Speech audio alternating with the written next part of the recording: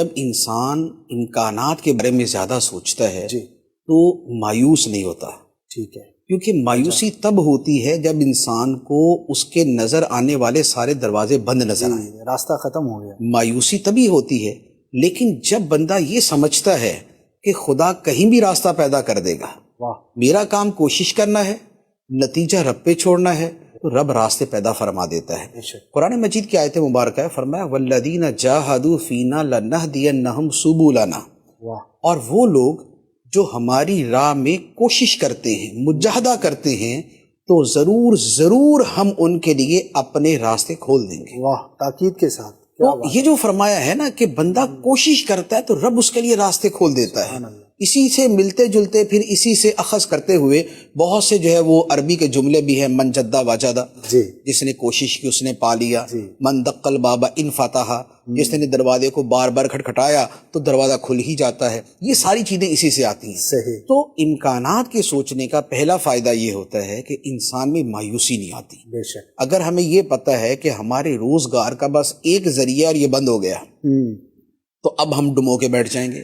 اور یہ بڑی تعداد کی سوچ بن جاتی ہے زیادہ امپلائمنٹ کے اندر ہی ہوتا ہے کہ اگر نوکری چھوٹ گئی تو لوگ کیا سمجھتے ہیں کہ بس یہ اب تو مرنا ہی ہے، مرنا ہی. پتہ نہیں کیا ہوگا، پتہ نہیں کیا.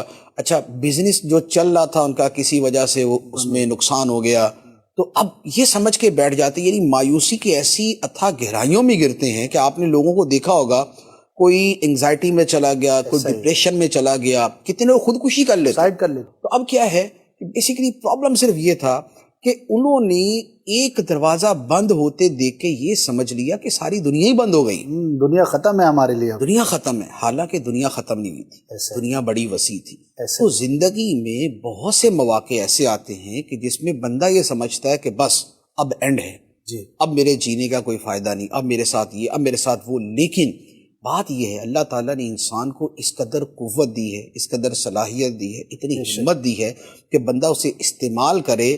تو جسے کہتے ہیں نا کہ at the end of the tunnel there is a light, کہ اس جو ہے نا وہ اس کے ٹنل کے آخر کے اوپر روشنی ہے، روشنی نظر آ جاتی ہے.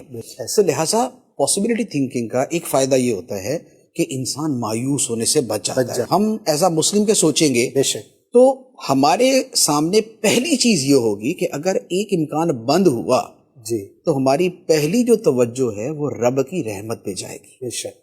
کیونکہ امکانات کس نے پیدا کرنے ہیں؟ رب نے. یا امکانات کس نے پیدا کیے ہوئے ہیں؟ اللہ نے. امکانات ہمارے سامنے کون لائے گا؟ ہمارا دماغ ان امکانات کی طرف کس کی توفیق سے جائے گا؟ اللہ پاک. تو ہم پہلے اپنی اس سوچ کے اعتبار سے چلیں گے. صحیح. تو لہٰذا پہلے اللہ تعالیٰ پہ بھروسہ، اب اس کے بعد ہم اپنی عقل کا استعمال کریں گے اور ہمارے سامنے امکانات کی دنیا کھل کے سامنے آ جائے گی.